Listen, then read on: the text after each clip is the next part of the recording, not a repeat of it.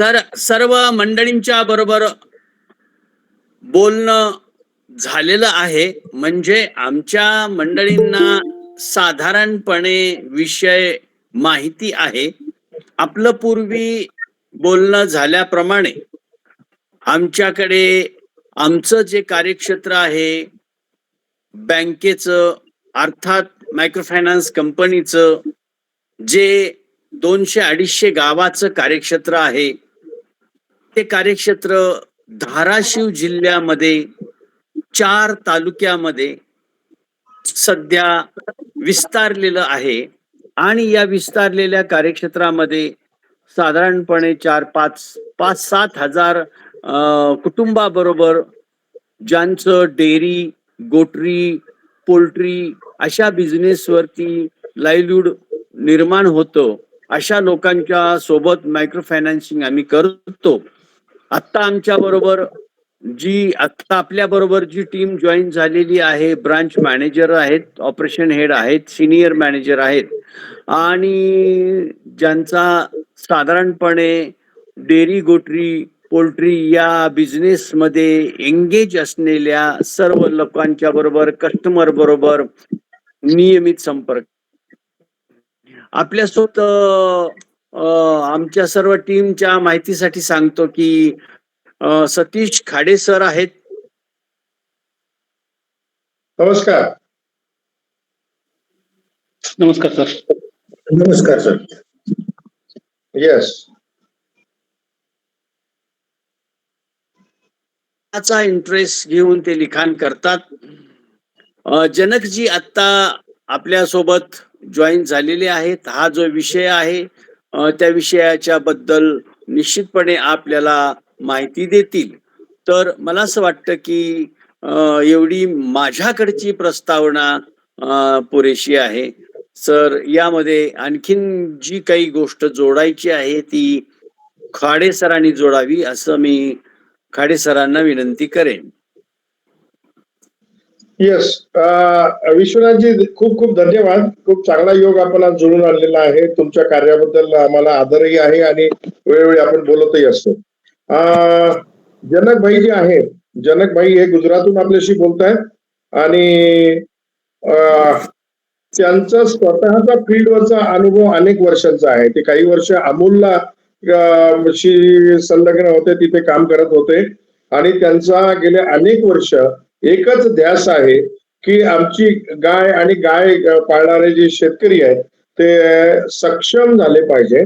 आणि सक्षम म्हणजे काय, तर आमचे जे ब्रीड आहे ते ब्रीड जास्तीत जास्त एका वेतामध्ये जास्तीत जास्त हे कसं देता येईल, दूध उत्पादन कसं देता येईल आणि दर्जेदार दूध कसं मिळता येईल, त्याच्यासाठी त्यांनी स्वतःच्या गोठ्यामध्ये R&D म्हणजे रिसर्च अँड डेव्हलपमेंट करून अनेक नवीन गोष्टी शोधलेल्या आहेत, ज्या त्यांच्या सल्ल्यामुळे अमूल डेअरी सुद्धा त्यांना फॉलो करते किंवा त्यांनी दिलेल्या सल्ल्याप्रमाणे काम करते. तेव्हा जास्त वेळ न घेता जनक भाई, मला असं वाटतं की आपको ये इतना मराठी तो समझा होगा जो हम बात कर रहे हैं. तो मुझे लगता है कि लोग आपको सुनने के लिए उत्सुक है. जो बात यहाँ पे होने वाली है वो है कि what is mean by quality nutrition, what is mean by quality of milk and what is mean by, ये सब बातें करने के लिए खाली कैटल फीड जरूरी नहीं है, बाकी सभी जो बातें शेयर करनी जरूरी है. उनका एक्सपीरियंस जो है वो चाहे तो 3-4 घंटे भी बात कर सकते हैं, लेकिन मेरी उनसे रिक्वेस्ट है कि पहले अहम बातें पे वो आज बात छेड़े. Yes sir. और फिर जैसा ही बात आगे चलती जाएंगी आप आपका समय ले सकते हैं. तो आपका स्वागत करते हुए और सभी का स्वागत करते हुए मैं ये सब अभी mike is handing over to Janak भाई. Thank you sir. आप सभी मित्र जो हैं वो अलग अलग फाइनेंस कंपनी से है, मतलब एक ही फाइनेंस कंपनी से, और बेसिकली फाइनेंसिंग का काम है. और इसके अंदर आप समझना चाहते हैं कि कैटल फीड क्या होता है और कैटल फीड के अंदर क्या क्या झोल झपाटे हैं. एग्जैक्टली मैं जो टॉपिक लेना चाहता हूँ यही है कि कुछ और है.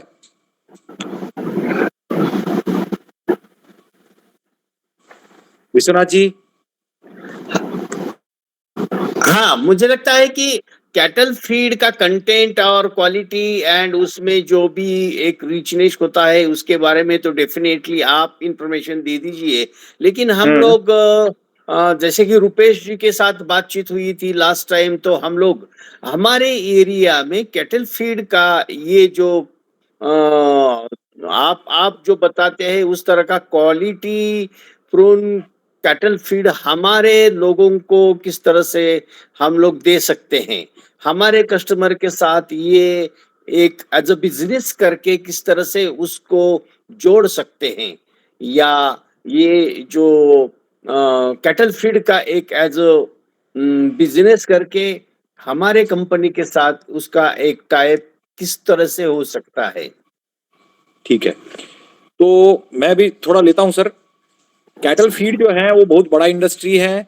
अभी पिछले कुछ सालों के अंदर धीरे धीरे शिफ्ट हो रहा है। पहले पुराने ट्रेडिशनल मटेरियल थे, मक्के की मतलब कॉटन केक की खली, मतलब वहां पे ढेप बोलते हैं आप लोग, तो वो चल रहा था। फिर मक्के का भरड़ा चल रहा था, ट्रेडिशनल प्रोडक्ट चल रही थी, और हर कोई बंदा खुद न्यूट्रिशनलिस्ट था। अपनी इच्छा से कॉटन केक डाल दिया, अपनी इच्छा से मक्की भरड़ा डाल दिया, और गाय को या भैंस को खिला दिया। उसने जो देना था वो दे दिया। अभी उसके आगे का जो भी एक कंसेप्ट बन के आया वो है पैलेट फीड। पैलेट फीड के अंदर क्या है कि उसका एक फॉर्मुलेटर होता है, वो पढ़ा लिखा न्यूट्रिशनलिस्ट होता है, तो उसके ज्ञान के थ्रू वो चीज बनती है और वो एनिमल की रिक्वायरमेंट पूरी करती है, ऐसा माना जाता है।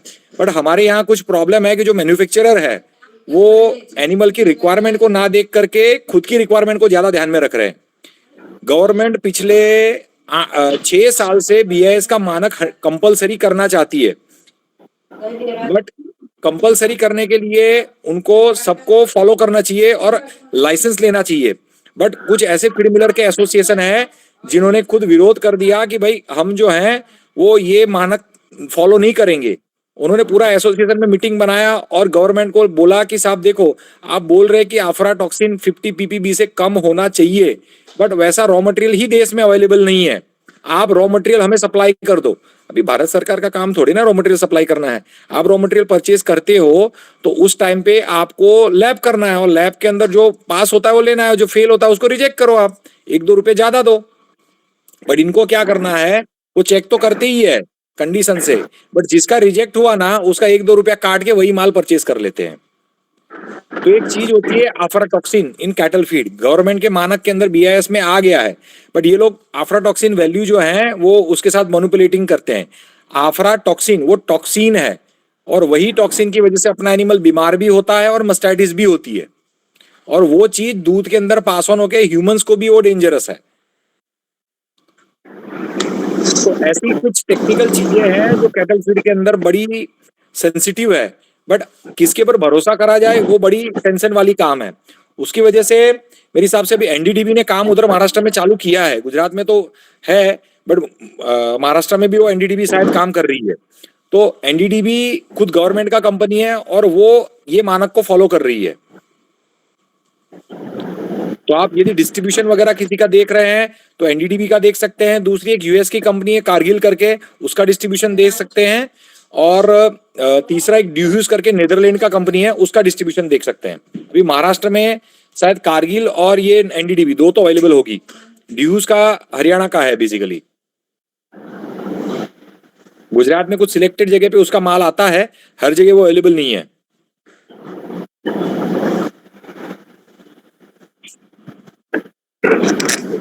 जनक भाई, हाँ जी। हाँ, हमने जो हमारा प्रोडक्ट बनाया है उसके बारे में रुपेश की और विश्वनाथ जी की बात हुई है, तो Okay.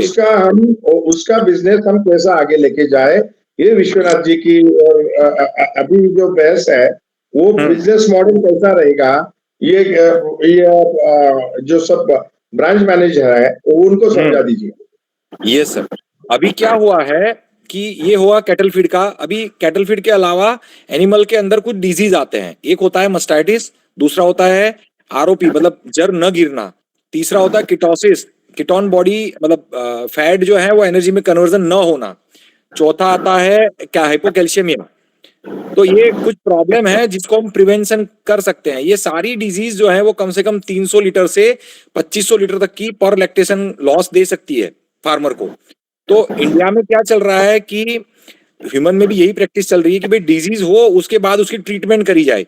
प्रिवेंशन पे अभी कोई सोच रखने वाले नहीं है, या प्रिवेंशन को प्रमोट करने वाले बहुत कम लोग हैं। तो जो वेटनरी डॉक्टर्स हैं उनका भी यही है कि भाई ट्रीटमेंट करी जाए तो कि उनकी दुकान चले। प्रिवेंशन के ऊपर मेजोरिटी इंडिया में 2 या 4 कंपनी है जो प्रिवेंशन के ऊपर काम करती है, बट उनके रिप्रेजेंटेटिव ऑल इंडिया में मिलके 5 से 6 रिप्रेजेंटेटिव होते हैं। उनका एंड फार्मर तक रीच या छोटे फार्मर तक का जो रीच बनाना है वो प्रैक्टिकली इम्पॉसिबल है। वो लोग खाली कॉर्पोरेट क्लाइंट को क्लिक करते हैं, और कॉर्पोरेट क्लाइंट जो होते हैं वो रॉ मटेरियल लेके अपनी प्रोडक्ट बना के वो फिर कमर्शियलाइज करते हैं। तो इंडिया में प्रिवेंशन नाम के कंसेप्ट पे ऊपर बहुत कम लोग काम करते हैं। मेरा रुपेश जी से बात हुआ, और उनका लोकार्थ इंस्टीट्यूट है, मेरा खुद का डेयरी फार्म भी है और मैन्युफैक्चरिंग भी है। तो हमें पता है कि क्या प्रॉब्लम है और डेयरी फार्म में प्रिवेंशन से क्या बेनिफिट ले सकते हैं। हमारे पास अभी 62 लीटर का एनिमल है करंट डेट में, और 62 लीटर इन अ डे मतलब 13,000 लीटर प्लस हमारे पास पेडिग्री है। तो वो पेडिग्री के अंदर क्या न्यूट्रिशन लगेगा और डिजीज को रोकने के लिए क्या चीजें करी जाए, वो चीजें एक्चुअली तो हमें मार्केट से मिलनी चाहिए थी, बट मिल नहीं रही है, हमें ढूंढ ढूंढ के लेके आना पड़ रहा है। तो हम इतने नॉलेजेबल होने के बाद हमें ढूंढ ढूंढ के लेके आना पड़ रहा है। तो जो ऑर्डिनरी फार्मर है, जो 2 एनिमल 5 एनिमल रख रहा है, उसके पास कैसे पहुंचा जाए। जैसे हमारे पास एक किटोसिस का एक प्रोडक्ट आता है, सीसीपीए करके, फ्रांस का कंपनी है, उसका 50 लीटर से छोटा पैक नहीं आता है। तो कुछ प्रैक्टिकल चैलेंजेस है इस इंडस्ट्री में, जिसको सॉल्व करने के लिए रुपेश सर से मेरा काफी सारा डिस्कशन हुआ। तो हम लोग मिलके एक कंक्लूजन पे आए कि भाई जो डेयरी इंडस्ट्री के जो प्रॉब्लम है उसमें 80 to 90% प्रॉब्लम जो है ड्यूरिंग काविंग है। जो बच्चा देने वाला प्रोसेस होता है उसी में मेजर प्रॉब्लम आती है। और वो प्रॉब्लम क्यों आती है बोले, जन्ने से पहले लोग केयर नहीं करते हैं, और वो डिजीज आने के बाद वो ट्रीटमेंट पे चले जाते हैं। तो ट्रीटमेंट के कारण कॉस्ट खाली ट्रीटमेंट का नहीं होता, मिल्क लॉस का बहुत बड़ा होता है, और उसी के कारण आपके एनपीए भी बनते हैं। यदि एनिमल अच्छे प्रोडक्शन पे है तो वो एनपीए कभी नहीं होगा, बट वो डिजीज होने के बाद कुछ ना कुछ रिकवरी, मर गया तो इंश्योरेंस कंपनी पैसा दे देगी, बट एनिमल बच गया तो वो दूध नहीं दे पाएगा, वो पूरा लैक्टेशन ऐसे ही चला जाएगा। तो वो जो डिजीज है, हाइपोकैल्शियमिया हो गया, आरओपी हो गया, किटोसिस हो गया, ये जो डिजीज है, मेट्राइटिस हो गया, एंडोमेट्राइटिस हो गया, सर्विटाइटिस हो गया, ये सारे डिजीज का एक प्रिवेंशन किट हम लोगों ने बनाया है कि भाई जो एनिमल जनेगा उसके जनने के 20 दिन पहले से 21 दिन पहले से ये प्रोटोकॉल स्टार्ट होगा। जनने के दिन के प्रोटोकॉल्स है और जनने के बाद 5 दिन के प्रोटोकॉल्स है। इसमें ये ऑलमोस्ट सारे डिजीज जो है वो प्रिवेंट हो जाएंगे। इसके बाद भी डिजीज आएंगे 2 to 5%। ऐसा नहीं है कि ये सारा देने के बाद 100% ही कवर हो जाएगा, और ये प्रिवेंशन है। उसके बाद डिजीज फ्रीक्वेंसी जो है आपकी मानो 100 थी, तो 100 की जगह वो आप 2 to 5% हो जाएगी। ऑलमोस्ट 80 to 95% आप क्योर कर पाओगे। आड़े साहब, प्रोडक्ट के बारे में बताना तो मुझे लगता है कि जरूरी नहीं है, बेसिक कंसेप्ट जानना जरूरी है। बिल्कुल बिल्कुल बिल्कुल। फाइनेंस के लोग हैं, मैं टर्मिनोलॉजी में लेके जाऊंगा कि यूट्रस ये होता है, यूट्रस में ये प्रॉब्लम आता है, बच्चा जनता है तो ये इश्यू आता है। वो मतलब टेक्निकली ये टीम को समझाना, मुझे कोई वेटनरी टीम है या फिर जो कोई फार्मर है, तो आई कैन डिस्क्राइब देम, वो उसको समझ में भी आएगा। Agree agree. मैंने पहले ही अभी आपको मैंने बोला था कि सर वो जो बातें हैं वो हम ट्रेनिंग में, उनका बड़ा ट्रेनिंग सेंटर है, वहां पे हम बिल्कुल ये फार्मर के लिए अलग अलग स्टेक होल्डर के लिए अलग अलग टाइप के ट्रेनिंग लेंगे। रख सकते हैं। अभी का जो डिस्कशन है वो डिस्कशन आपके जो प्रिवेंटिव न्यूट्रिशन जो है सब या सभी ये जो प्रोडक्ट है, ये प्रोडक्ट के बारे में उनका एक गांव में यानी कि उसका बिजनेस मॉडल कैसा रहेगा, लोकल टू डिस्ट्रीब्यूटरशिप, ये कैसा रहेगा, ये अगर आप समझाएंगे तो उसमें उनको आपका इंटरेस्ट उसमें है। बाकी डिटेल जो है वो आगे अलग ट्रेनिंग में होगा कि हम इसका बिजनेस कैसा कर सकते हैं, वो डिस्कस करें। यस, तो इसके अंदर क्या रहेगा, B2B हम लोग बना के कहीं से यहाँ से ले सकते हैं उधर, और ये सारे कंसेप्ट आप किट में दे सकते हैं, इंडिविजुअली भी दे सकते हैं। B2B परचेज हो जाएगा, फिर आपका मार्केटिंग का बजट लगेगा उसके पर, क्योंकि आपके अलाइंड क्लाइंट है, आपके पास पूरे क्लाइंट लिस्ट है, तो आप उनकी फाइनेंस भी आपके साथ ही है, मतलब उनका दूध का पैसा भी आप ही के अकाउंट में आता होगा। तो वो पैसा दूध से कटना वगैरह जो सिस्टम बना है आपका रिकवरी का, उसी सिस्टम से आपका पैसा भी आ जाएगा। तो आपका रिस्क ऑफ इन्वेस्टमेंट जो है वो काफी लो रहेगा। जो नॉर्मल ट्रेड रहता है मार्केट में, उनको बैड डेट का बड़ा खतरा रहता है फार्मर को माल देने में। आपका वो बैड डेट नहीं आएगा। तो जो डिस्ट्रीब्यूटर जो है वो कम से कम 10% लेता है और रिटेलर जो है कम से कम 20% लेता है, और 10% का कम से कम स्कीम रहता है।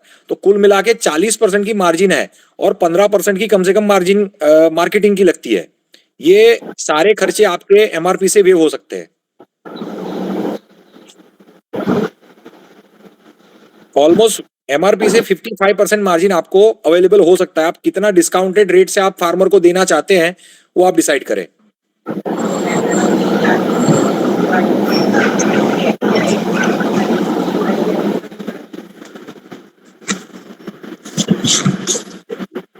बाकी आपल्या टीमला काही त्यांना प्रश्न विचारायचे असतील, त्यांनी जे आता एक्सप्लेनेशन दिलं जनकजीनी, साधारणपणे प्राइस म्हणते इन्क्लुडेड प्राइस मध्ये 55% मार्जिन ऑफ जो राहतोय त्याच्यानुसार काही तुमच्या डोक्यात काही प्रश्न आले असतील तर त्या अनुषंगाने विचारायला हरकत नाही.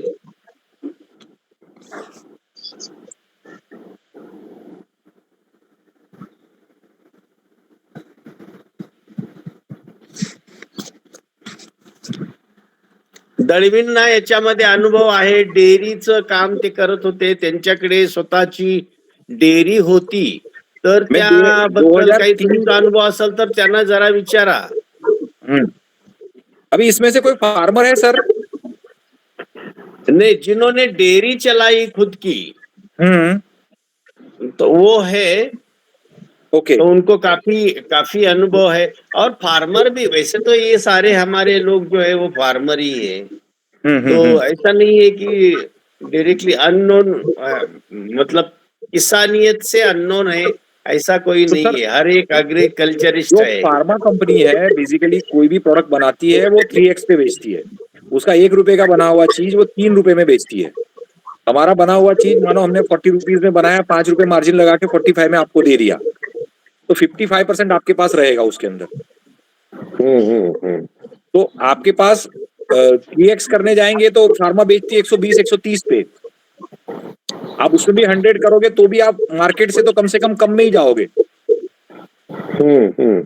बट आपका पेट छोटा होना चाहिए, बिकॉज हर कोई बंदा प्रॉफिट के लिए सोच रहा है। और जो चीजें हम लोकार्ट के साथ जुड़े, इसका रीजन ये है कि वो एनजीओ है, उसको प्रॉफिट नहीं करना है, उसको सर्विस नीचे लेके जाना है। हमें भी प्रॉफिट करना है बट उतना बड़ा पेट नहीं करना है कि भाई हम ही मोटे हो जाएं। अभी क्या हो रहा है, हर कोई अपना पेट बड़ा करने के चक्कर में फार्मर का कोई सोच नहीं रखने वाला है, या फिर एनिमल की कोई केयर करने वाला नहीं है। अभी मैं पिछले एक मिनरल मिक्सर की फॉर्मुलेशन कर रहा था, उसमें दिक्कतें क्या आ रही थी कि भाई एक्स कंपनी का ये लेबल है, वाई कंपनी का ये लेबल है, जेड कंपनी का ये लेबल है, तो हमें ये चीज बना के दो। तो भाई को मैंने बोला सर एक नासिम करके गाइडलाइन है 2021 की, animal requirement of dairy nutrition, कि उसके अंदर लिखा है कि ये चीज उसको इतनी लगनी चाहिए।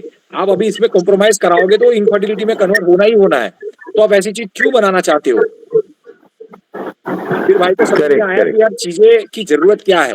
एक होता है विटामिन ई सर, आप मार्केट की जो ब्रांड लीडर कंपनी है वो डालती है 750 मिलीग्राम, अभी उसकी रिक्वायरमेंट बनती है डेली की 800 mg, और वो 1 किलो के अंदर 750 डाल रही है जो मार्केट लीडर है, जिसका सालाना 1000 करोड़ से ज्यादा टर्नओवर है।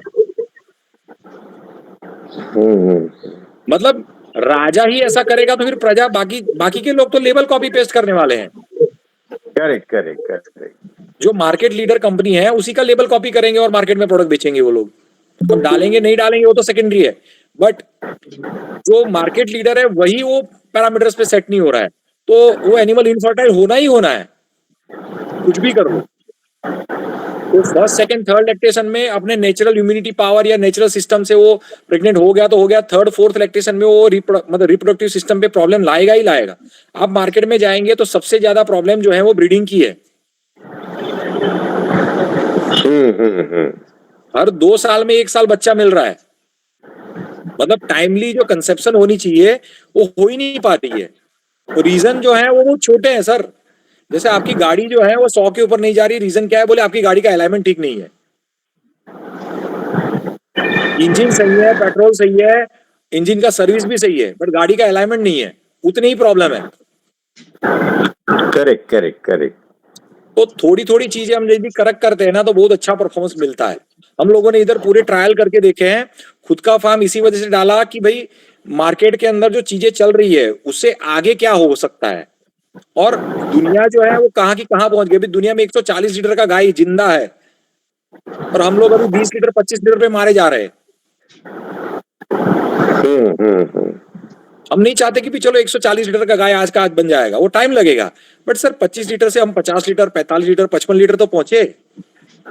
या फिर हमारी जेनेटिक इंडिजिनियस ब्रीड है, गिर काऊ भी हमारे पास 44 लीटर की है, मतलब 22-23 लीटर 25 लीटर तक गिर भी दे सकती है, तो वहां तक तो पहुंचे। Correct correct. जो बफेलो है, जैसे आप मुर्रा बफेलो है, वो 39 लीटर तक पहुंच गई है, और हमारी जाफराबादी जो है वो 28-30 लीटर तक है गुजरात की। तो जो ब्रीड पोटेंशियल है वो ब्रीड पोटेंशियल तो पहुंचे, यदि ब्रीड पोटेंशियल तक नहीं पहुंचते हैं तो फिर उसका मतलब ही नहीं है। और उसमें न्यूट्रिशन, मतलब एक कहावत है कि भाई फूड इज अ रेमेडी, जो इंटरनेशनली फॉलो होती है कि भाई वहां के लोग एंटीबायोटिक फ्री मिल्क बेच रहे हैं। इंडिया में आप कल्पना नहीं कर सकते सर एंटीबायोटिक फ्री मिल्क की।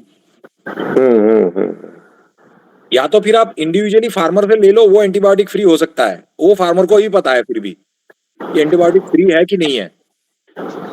आप बल्क लेवल पे अमूल पे लेने जाओ या मदर पे लेने जाओ या फिर आप चितले पे लेने जाओ, कोई बंदा गारंटी नहीं दे सकता कि एंटीबायोटिक फ्री मिल्क है मेरा, क्योंकि आज फ्रिक्वेंटली एंटीबायोटिक यूज हो रहे हैं, फ्रिक्वेंटली डीवर्मिंग यूज हो रहा है, और उसके विड्रॉल मिल्क में आते ही आते हैं, और उसकी साइड इफेक्ट जो है वो ह्यूमंस पे अभी दिखना चालू होगा। उसका सॉल्यूशन एक ही है, न्यूट्रिशन, और न्यूट्रिशन पे काम करने वाले इंडिया में गिने चुने लोग हैं, थोड़े बहुत जो है वो खाली पंजाब में हैं। पंजाब हरियाणा 2 स्टेट ऐसी है जो थोड़े न्यूट्रिशन की लैंग्वेज जानते हैं, अदरवाइज गुजरात के अंदर दूध के रेट पूरे इंडिया में सबसे बेहतर है, बट यहाँ पे भी क्या है, पंजाब से एनिमल लाओ, दूध निकालो, अमूल को 2 पैसा बनाओ, ये सिस्टम है। और गुजरात के फार्मर को ट्रीटमेंट कॉस्ट लगती नहीं है, क्योंकि अमूल 120 रुपए में ट्रीटमेंट करता है।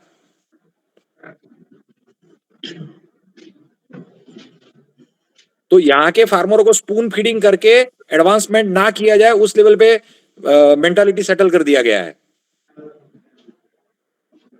बट महाराष्ट्र है ह्यूज पोटेंशियल, और दूध भी बहुत अच्छा है आपके वहां पे, और लोग जो हैं वो इस मतलब दूध के ऊपर डिपेंड है। गुजरात में इतनी इंडस्ट्री हो गई है कि अभी जो मार्जिनल फार्मर है वो फार्मिंग छोड़ रहे हैं। मतलब 2-5 एनिमल रखने वाले आने वाले 10 साल में मुझे नहीं लगता गुजरात में मिलेंगे। या तो जिसके पास 100 के ऊपर एनिमल है वो डेयरी फार्म करेगा, या तो 2-5 वाला बंद हो जाएगा। सॉरी, मैं अपने टॉपिक में चला गया, बट जो इंडस्ट्री है उसके अंदर न्यूट्रिशन पे काम करना बड़ा रिक्वायर्ड है, और वो थोड़ा बहुत भी हम काम करते हैं ना तो एनिमल पे बहुत अच्छे रिजल्ट परफॉर्मेंस मिलते हैं। आपको ट्रायल करने हैं तो आपके निजी फार्मर है, मैं प्रोडक्ट भेज सकता हूँ, आप ट्रायल ले लीजिए, देन आप अपनी खुद की ब्रांड के ऊपर आ जाइए। ये जनक भाई यस सर। यस, मैंने पहले ही कहा था आपके पास बातें करने के लिए काफी सारा मटेरियल है और काफी सारा ये है। मुझे लगता है कि आप कम से कम ये जो हम एक बात और थोड़ा छेड़ी जाए कि इम्प्रूवमेंट इन लैक्टेशन कितने परसेंट हो सकता है, या कभी से शुरुआत होगी और कहाँ तक अचीव हो सकता है, ऐसे कुछ अगर बता सकते हैं, बता सकते हैं। हाँ, मानो तो एक गाय है जिसका ब्रीड पोटेंशियल 5000 लीटर। हाँ, उस पर बात कीजिए।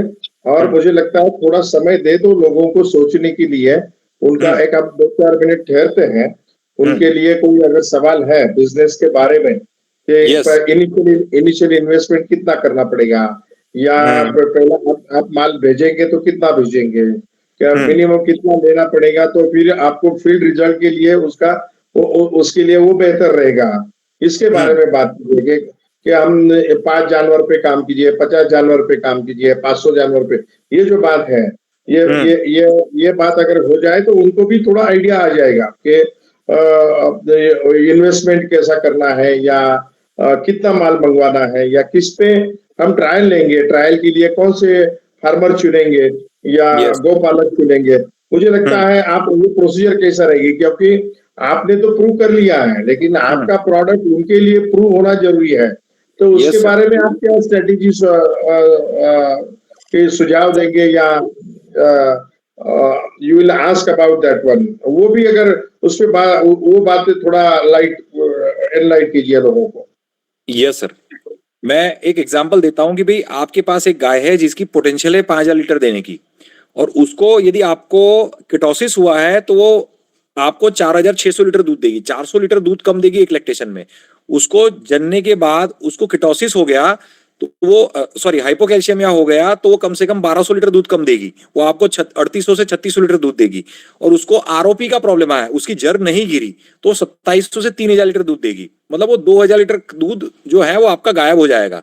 अब 2,000 लीटर दूध आप 40 रुपए के हिसाब से गिनते हैं तो वो 80,000 रुपए का दूध बनता है सर। तो जो फार्मर की प्रॉफिटेबिलिटी है, हम कम से कम एक जो डिजीज है अपना किटोसिस के भी उसमें 300 से 400 लीटर दूध लॉस होता है, तो 300 लीटर भी कंसीडर करते तो 12,000 रुपए का दूध बनता है। और मतलब 12,000 रुपए में आप 10 एनिमल का प्रिवेंशन कर सकते हैं।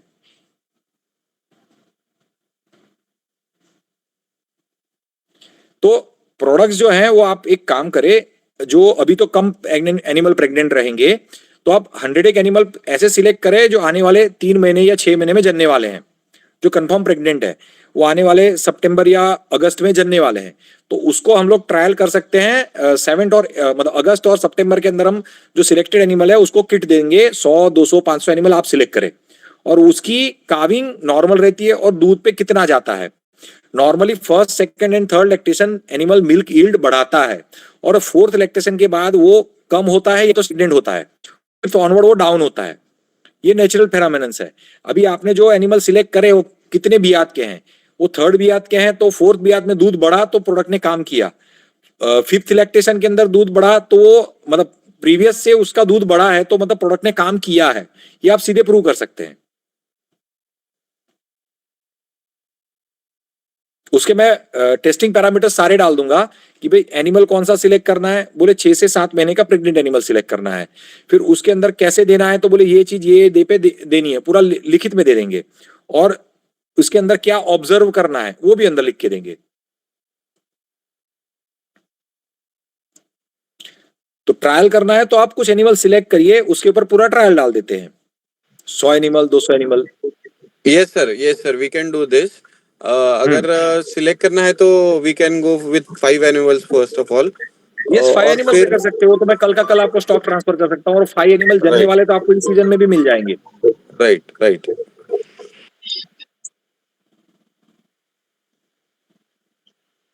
येस ऋषिकेश, तुझ्याकडनं जास्त प्रश्नांची अपेक्षा आहे, Yes, sir. तुझ्याकडनं आणि तोडकर सरांकडनं, कारण अभी आप जितना exactly. सवाल करेंगे उतना मुझे मजा आएगा या उतना मुझे समझ में आएगा, दोनों चीजें यस हैं। सर। नहीं अभी वो क्या है ना, अभी जो पहले पार्ट हम करेंगे ट्रायल बेसिस पे, तो उसमें हमारा प्रोसेस लर्निंग हो जाएगा कि how Yes. It work, how the product work, ताकि हम उसको अच्छी तरीके से हम हमारे कस्टमर्स जो बेनिफिशियरीज है, ऑलरेडी हमारे 15,000 अभी बेनिफिशियरीज है, तो उनको भी Okay. ढंग के तरीके से हम उनको फिर खुद का एक्सपीरियंस होने के बाद हम अच्छी तरीके से उनको मार्केट कर पाएंगे उस प्रोडक्ट को। Sir as a finance company आपका एनपीए कम हो जाएगा in dairy industry. Yes yes yes, वही अल्टीमेट गोल है सर जी हमारा।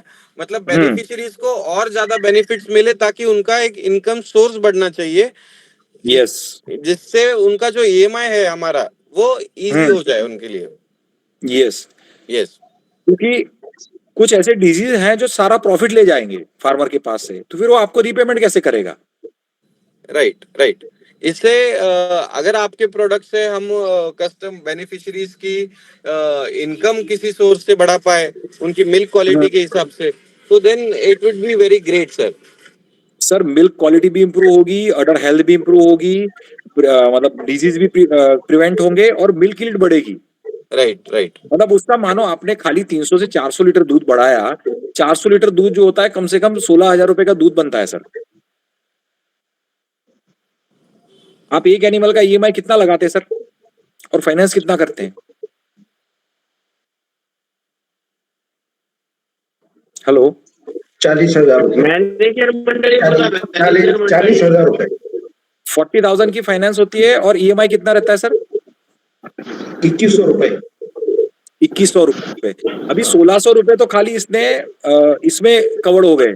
24 मतलब मोटा मोटा 23,000 रुपए का आपका ईएमआई बनता है साल का। ऑलमोस्ट 70% का ईएमआई तो इसी से निकल जाएगा, जो उसका ही था, बट वो ले नहीं पा रहा था बिकॉज ऑफ प्रिवेंशन टेक्नोलॉजी। उसको प्रिवेंशन ही नहीं पता था या फिर वो फॉलो नहीं कर रहा था। नहीं, और मार्केट में जो अभी जो चीजें अवेलेबल है, they are available on 3x price. मतलब आप जो चीज मानो 100 रुपए की दे रहे हैं, वो 300 रुपए में मार्केट में मिल रही है। अब उसको सब्सिडाइज करके 200 में दे दो तो भी वो खुश हो जाएगा। अभी जो और सिचुएशन आपको है हमारे अपने एनटीए पे फोकस करना है तो इसको मिनिमम मार्जिन पे 150 पे दे दो, 1:5, 1.5 पे। 100 रुपए का चीज 150 रुपए में डाल दो। बराबर। हमारा अभी जो ग्राहक का सिचुएशन है, जो बहुत ही अननोइंगली वो बिजनेस कर रहे हैं, मतलब Yes. इसका कोई जानकारी नहीं है, और वो जानकारी न होने के कारण उनका कोई भी आके, वो दुकानदार आके उनको गाइड कर रहा है, वो उनका अपना मुनाफा कमा रहा और उसको लूट रहा है। ऐसा ही सिचुएशन है, पूरा का पूरा सिचुएशन 80% ऐसा ही है।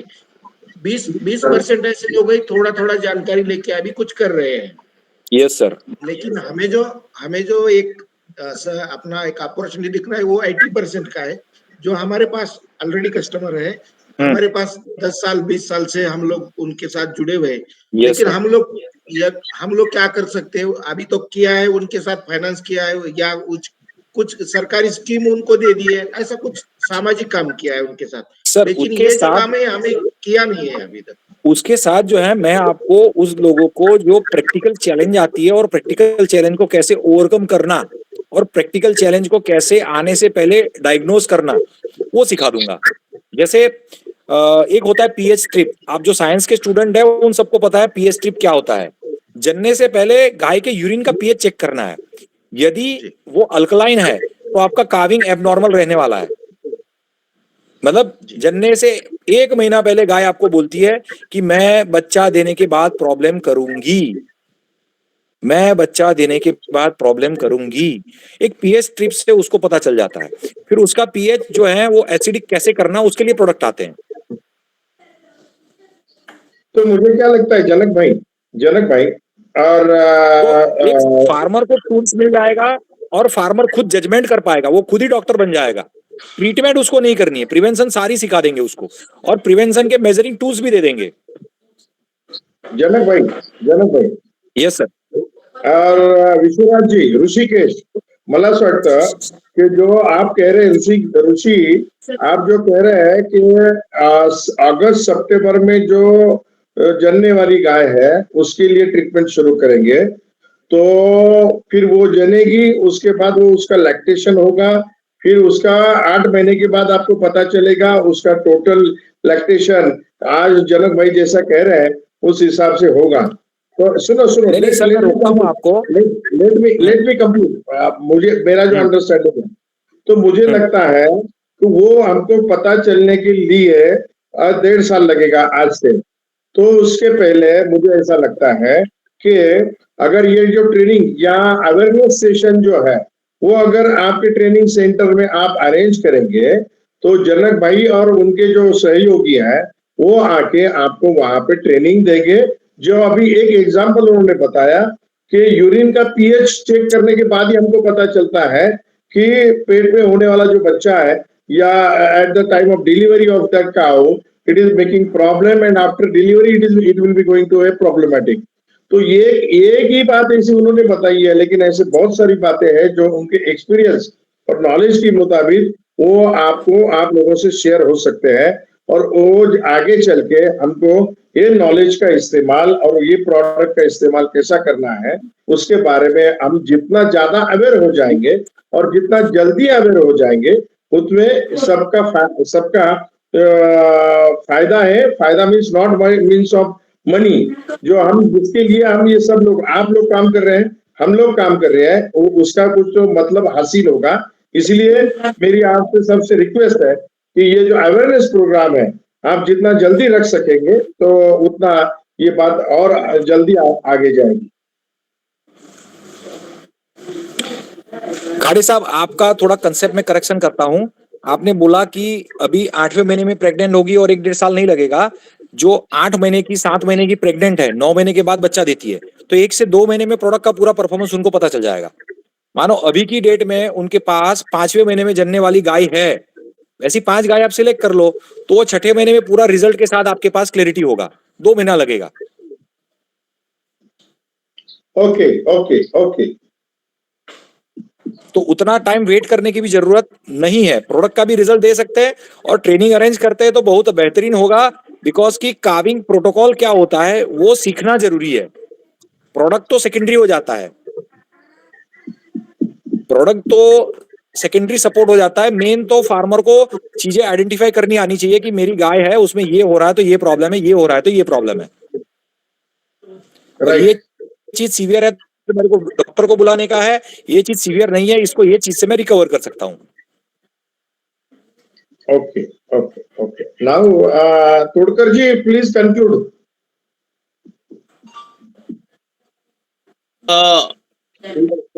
मला असं वाटतं की आपण आता जो जनक भाई जी ने सारी इंफॉर्मेशन बताई है और अच्छी तरह से बताई है, उन्होंने जो एक वैल्यूज और प्रिंसिपल्स फार्मर्स के लेवल पे जो बताई है, एक तो कंसर्न हमारा वही है जो ऋषिकेश ने भी बताया और हमारी सारी टीम भी उसको सहमत है कि फार्मर्स का जो एक इनकम सोर्स जो लुप्त हो जाता है या उसका नुकसान हो जाती है अलग अलग नुकसान हो डिसीज जाता के कारण, और वो उतना प्रॉफिटेबिलिटी में नहीं रहता। इतनी सारी कैटल्स भी वो संभालता है, फिर भी वो सरवाइव नहीं होता है, काफी लॉसेस में जाता है।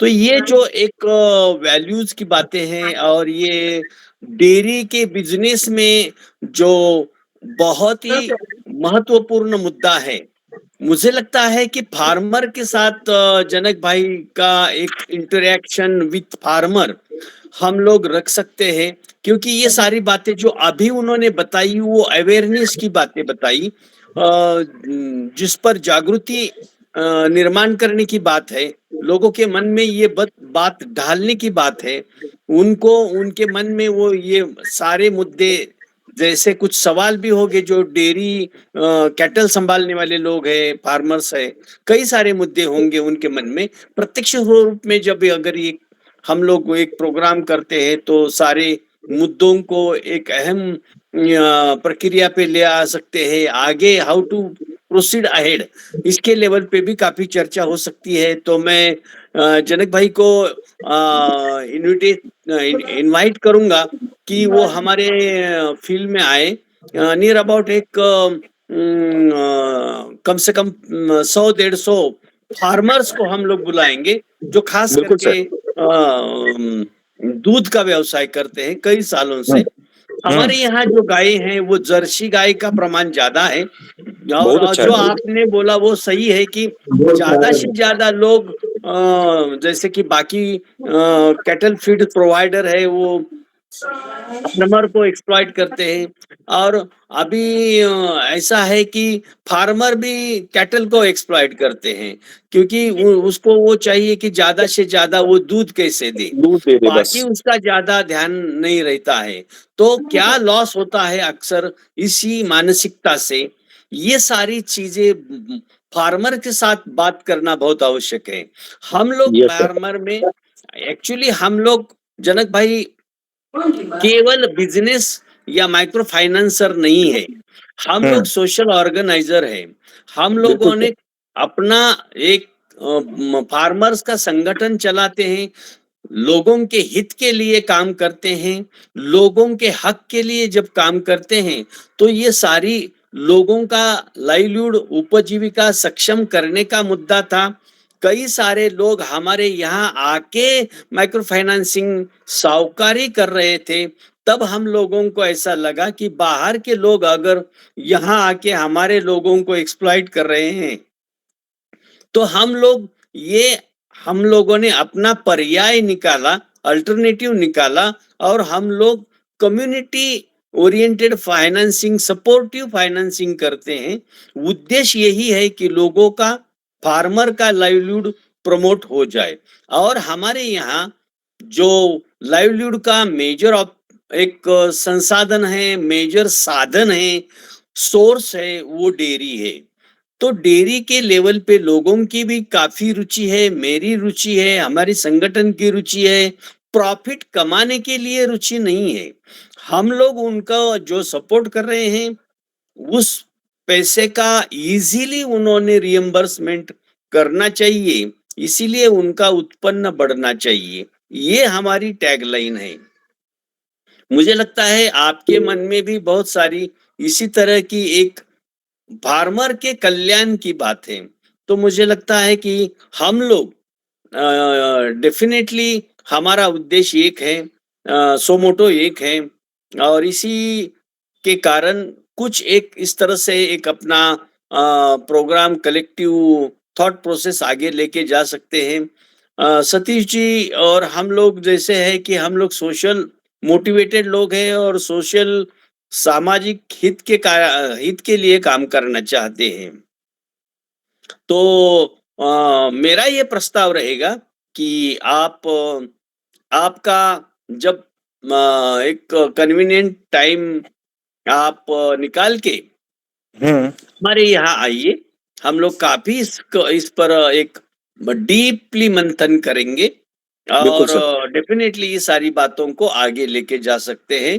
तो थैंक यू वेरी मच। एक पर्पस ऑफ मीटिंग तो ये हमारा जो था, वो मुझे लगता है कि वो साध्य हो गया है, वो अचीव हो गया है। और इसके लिए मैं सतीश जी को, हमारे मित्र सतीश जी को धन्यवाद दूंगा कि इस तरह का एक विषय जो है, जो महत्वपूर्ण विषय है, उसको उन्होंने आगे लाए हैं। तो thank you Satish ji, thank you Janak ji, thank you Rupesh ji. हम लोग एज अर्ली एज पॉसिबल हमारे क्षेत्र में मीटिंग कर सकते हैं और तब हम लोग हमारे सारे फार्मर्स को भी वहां इकट्ठा करेंगे। बिल्कुल सर। Thank you. बिल्कुल। किसी ने तो भी हाथ उठाया है कि कुछ पूछना है किसी को? कोणीतरी हात दाखवला आहे मगाशी। तुम्ही विश्वनाथ जी, तुम्ही बोला. बोला बोला. हा, अजून कोणाला जर बोलायचं असेल तर जरा, काही राहिलं असेल तर बोला, काही विचारायचं असेल पोरांना तर जरूर विचारा. ना विचारायचा विषय नाही, पण आपण जे हे काम हाती घेणार आहेत पशुखाद्याच्या बाबतीतलं, तर हे मार्केटमध्ये शेतकऱ्यांना जे पशुखाद्य मिळते त्याच्यापेक्षा आगळं वेगळं पशुखाद्य आपण देणार आहे. आणि त्याच्यात मला असं वाटतं, आताच्या झालेल्या चर्चेनुसार मला असं वाटतं की आपण ते ना नफा ना तोटा ह्या तत्वावर देणार आहे. म्हणजे इतरांपेक्षा कमी पैशात त्या लोकांना ते मिळणार आहे. तर ही गोष्ट अशी आहे की ज्यावेळेस आपण मार्केटिंग मध्ये जाऊ किंवा शेतकऱ्यापर्यंत जाऊ, त्यावेळेस ऑलरेडी काही प्रस्थापित लोकांनी म्हणजे डेअरीवाले असतील, काही पशुखाद्याचे एजन्सीवाले असतील, यांनी ते मार्केट कॅप्चर केलेलं आहे. आपल्याला हे मोठं आव्हान असं आहे की आपलं प्रोडक्ट आपण कमी पैशात देतोय, पण क्वालिटीचं किती देतोय हे त्या लोकांपर्यंत जाणं खूप महत्वाचं आहे.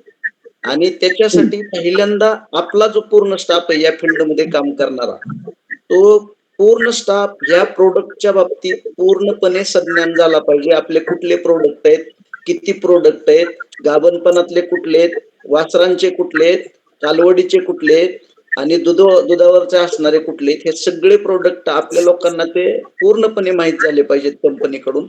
आणि आपण ज्यावेळेस फील्डवर त्या शेतकऱ्याकडे जाऊ, दूधवाल्याकडे जाऊ, गाईवाल्याकडे जाऊ, त्यावेळेस आपल्याला ते सविस्तर त्यांना सांगता आलं पाहिजे. आणि ह्याच्यानंतरच मग काही सिलेक्टेड लोक, आता मला वाटतं चर्चा फक्त गाभण गाईच्या पशुखाद्यावरच झाली, असेच लोक आपण काही सिलेक्ट करणार आहोत. तर तसं न करता प्रत्येक आपले जेवढे प्रोडक्ट आहेत त्या प्रोडक्ट वाईज काही 5 गाई 10 गाई अशा सिलेक्ट कराव्यात आणि त्याच्यानुसार ते प्रत्येक प्रोडक्ट सॅम्पल म्हणून प्रत्येकाला त्या सिलेक्टेड लोकांना द्यावं आणि त्याचे रिझल्ट कसे येतात आणि तेच लोक भविष्यातले आपले मार्केटिंगचे प्रतिनिधी होतील, जे म्हणजे ज्यांना आपण सुरुवातीला सिलेक्ट करून पशुखाद्य देतोय ते. बिल्कुल सर, मैं आपको सजेस्ट वही करूंगा कि सबसे टिपिकल प्रॉब्लम जो है वो काविंग है, बच्चा देने वाला जो प्रोसेस है, टाइम है, वही सबसे टिपिकल है। और वो एंगल से कोई एंटर होना नहीं चाहता है। कुछ कंपनी तो ट्रांजिशन का फीड तक नहीं बनाती, वो खाली मिल्किंग का ही फीड बनाती है, क्योंकि वो चैलेंज वाला काम है। वो चैलेंज वाला काम नॉर्मल बंदा उठाने के से डरता है।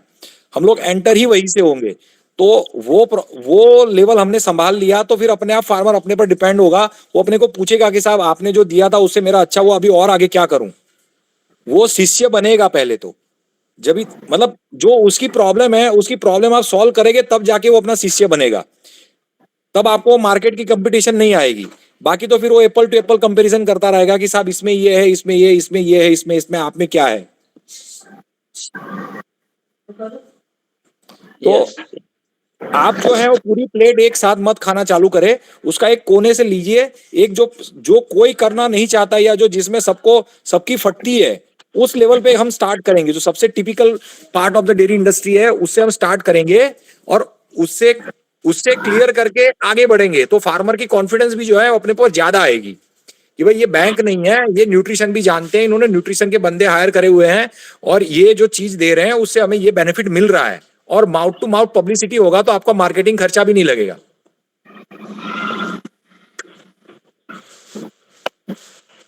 तो आपको चाहिए मैं सारी प्रोडक्ट दे सकता हूं, मिल्किंग की भी दे सकता हूं, ट्रांजिशन की भी दे सकता हूं, बच्चे की भी दे सकता हूं। बच्चा बड़े करने की प्रोडक्ट देना कोई बड़ा काम नहीं है सर। बट जो कंसेप्ट हम प्रिवेंशन के साथ बात कर रहे हैं ना, वो कंसेप्ट देना जरूरी है। और उसके अंदर क्या प्रोटोकॉल रखने हैं, वो प्रोटोकॉल सीखना जरूरी है। दुनिया वही कर रही है, खाली प्रोडक्ट बेच रही है। और हमें प्रोडक्ट तो बेचनी ही है, बट साथ में प्रोटोकॉल भी देने हैं और उसके ल्यूफोल्स भी देने कि ये नहीं किया तो ये होगा, तू करके देख ले। एक के ऊपर कर ले, एक के ऊपर मत कर, तो फिर वो अगले साल से सब पे करेगा। बरोबर. आणि दळवीजी, आपल्याला तुम्ही मोडलेला महत्वाचा मुद्दा आहे. जेव्हा आपल्याला अशा पद्धतीचं काम करायचं आहे, तेव्हा आपण जे आत्ताचे चालू तिथल्या आपल्या कार्यक्षेत्रातले जे प्लेयर आहेत, हो.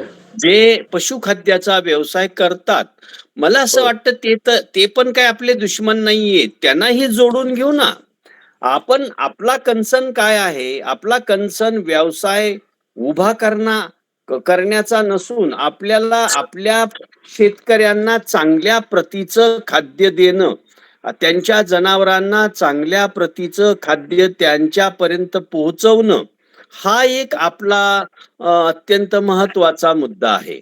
आणि त्या मोहिमेमध्ये आत्ताचे जे खाद्य विक्रेते आहेत त्यांनाच आपण सोबत घेतलं, नवीन काउंटर फाईट देणारा नवीन प्लेयर निर्माण करणं कदाचित आपल्याला आव्हानात्मक होऊ शकतं.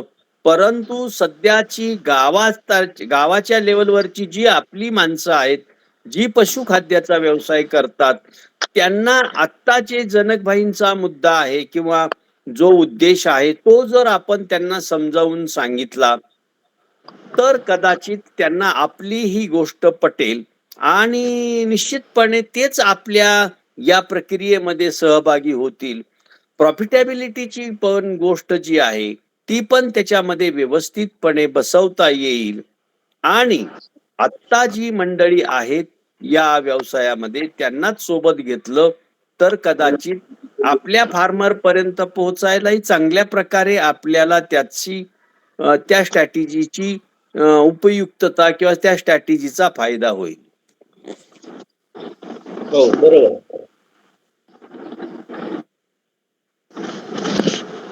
त्यामुळे अशाच पद्धतीचे सर्व मुद्दे जेव्हा आपण एक मोठी मीटिंग करू हो. आणि नंतर तो मोठा प्रोग्राम झाल्याच्या नंतर मग एक आपली कलेक्टिव्ह छोटी मीटिंग, एक्झिक्युटिव्ह मीटिंग आपल्या या सर्व टीमच्या सोबत, जनकबाईंजींच्या सोबत, खाडे सरांच्या सोबत करू.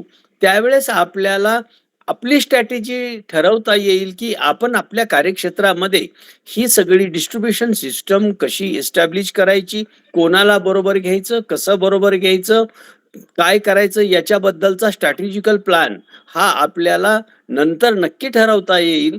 जेव्हा या सगळ्या गोष्टीची संपूर्ण माहिती आपण घेऊ, तेव्हा आपोआपच पुढे कसं जायचं याबद्दलचा रोड मॅप आपल्याला तयार करता येईल. हो.